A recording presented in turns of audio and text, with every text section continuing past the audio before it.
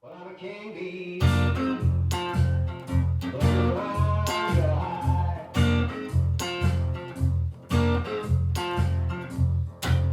Well, I'm a king bee, but around your eye.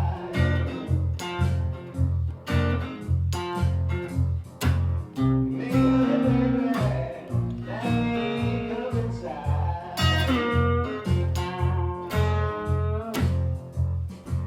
What's up, Blues Academy? Welcome back.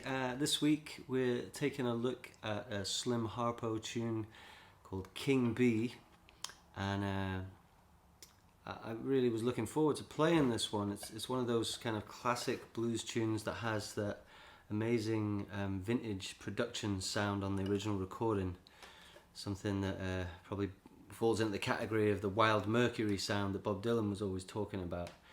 So that was the main reason I chose this tune, and also I suppose because Slim Harpo's one of the blues guys who he wasn't really a virtuoso blues guy, but he had a really interesting repertoire, kind of a 50s pop style of blues, you know, and an interesting range of styles that he used to play. And from a guitar point of view, I really like the fact that this tune has a sort of one-note guitar solo in there, which is really cool. So what I'll do is I'll just walk you through the guitar part for the verse, the way that I play it. There's a few things I should tell you before we start. The main, most important one being that I like to tune my guitar to E flat, and on this tune it works quite well for a few reasons. So I'm tuned to E flat. The original song is in F. So we might have played it in an F position in standard tuning, which you are welcome to do. If you want to play along, just play in F and copy what I'm doing. But that brings me to the next point of why E flat is quite cool, because it means I have to play out of an F sharp position, and that means the one chord is F, more of an F minor voicing really. I'm not actually ever playing a chord, I'm always just playing a riff. One day I'll get a new lead for this guitar and it'll stop hissing at me. So I'm always playing this riff, and really it's a minor tonality. I never really hit the major third. But when it comes to playing the 4 chord, which for me looks like a B7, in actual fact it's a B flat 7. So if you're in standard tuning, you're going to be playing an F, and you won't be able to play the B7 like I am, so you'll have to come up here and play this type of voicing, which sounds quite different. So that's one of the reasons why I like this F sharp position. So please do join me, drop your guitar into E flat, and then we can all play an F sharp together. Okay, so the main riff for the verses, I play it like this. Okay, I'll play that slowly.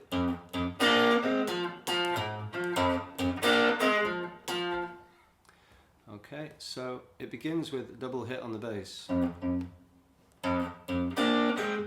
then into that, and I'm hitting I'm finger picking as well. So I got my my 2 fingers here on the B and G string all the time, and then the thumb just jumps between the D and the E string for the bass. So that's my hand position on the right hand the whole time, and I hit the bass here with the thumb, and then with those 2 fingers I pluck on those strings, and then I just bar the 2 strings, the G string and the B string, on the 4th fret with the ring finger down to the index finger as I pluck them both at the same time here. Okay. And then it's another 2 hits on the thumb on the octave of the root. To finish off, we grab that minor third with the pinky. And then the cycle starts again.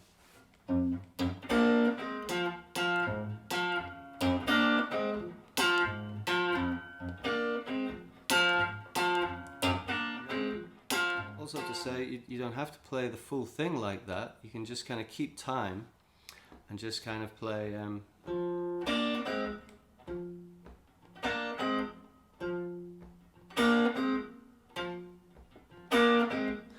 main meat of the riff, which is that vibe there, you know.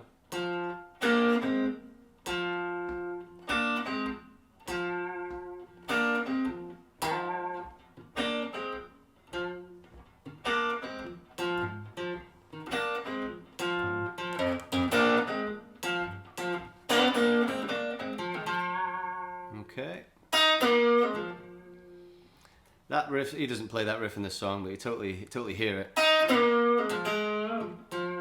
Throw that in there somewhere. Okay, so when it comes to the 4 chord, right, this is essentially the structure that we have here. It's kind of unusual and a little bit awkward to play at times because we have this standard 12 bar structure in essence, but so we have the 4 bars of the 1 chord, and then at the end of that 4 bars, before we change to the 4 chord, we have 1 single bar of 2/4. So what that means is if I play the last bar of the sequence, so bar number 4 going into the bar of 2/4, and then that would be changing to the 4 chord. That makes sense. So I'll play the riff and then I'll just play 2 beats and then change to the 4 chord, okay?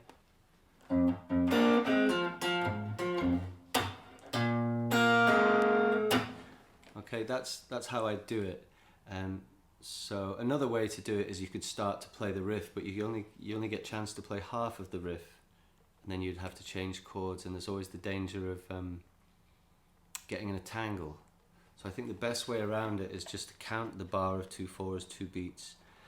I like to just one of the beats is silent, and then I hit the guitar on beat 2 and change chords. So I'll do that again for you. I'll play the whole first section. The first 4 bars, the bar of 2/4 into the 4 chord change. Okay. Well, I'm a king bee.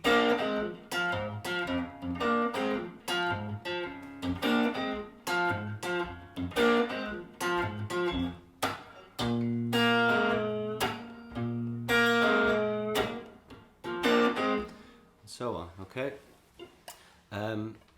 And this pattern occurs again throughout the song. So we come out of the 4 chord in the standard 12 bar progression. So two bars of the 4 chord, 2 bars of the 1 chord, and then those 2 beats occur again before we change to the 5 chord. So it's a little idiosyncrasy, and it's worth keeping in there because it's what makes the song unusual. I must confess, when I chose the song for us to do, I hadn't noticed that little idiosyncrasy, so it's been fun for me and the guys to try and figure out this structure.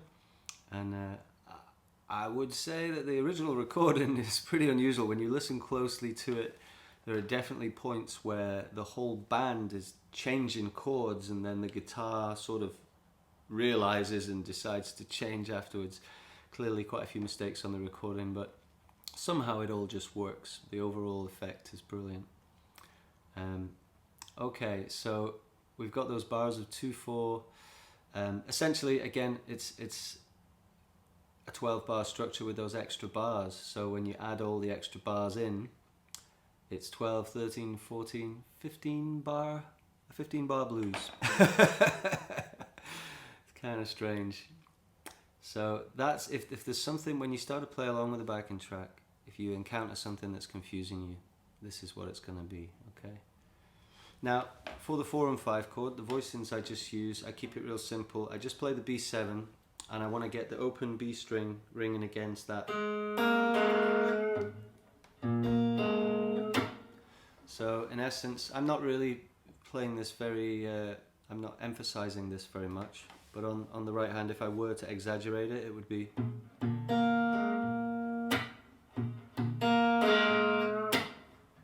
Okay?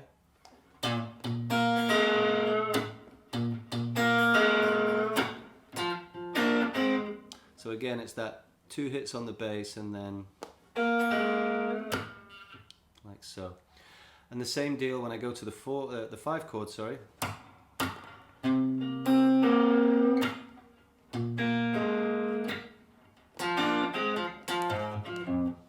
Exactly the same. So just keep that real simple. Yeah, that's all we got there. Then it gets to the guitar solo, and I mean all that happens on the recording is it stays on the 1 chord, right? We don't do any changes there, which is nice. About, I guess, 11 bars. It's kind of weird. Don't worry too much about the time. Just get the feel for the structure. The lyrics will help you figure out when you're in a verse and when you're not. In terms of the guitar solo, it's just a 1-note solo, so what Slim does is just plays this root note. He doesn't put too much vibrato on it. Maybe just a very gentle vibrato. 2, 3, 4, 1, 2, 3, 4, 1, 2, 3, 4. That's all you got to do.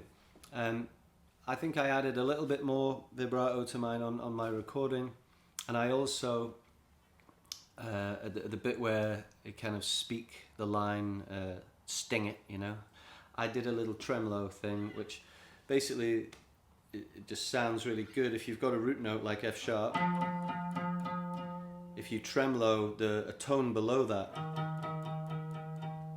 so you get the it's basically the flat 7, which is E in this case. So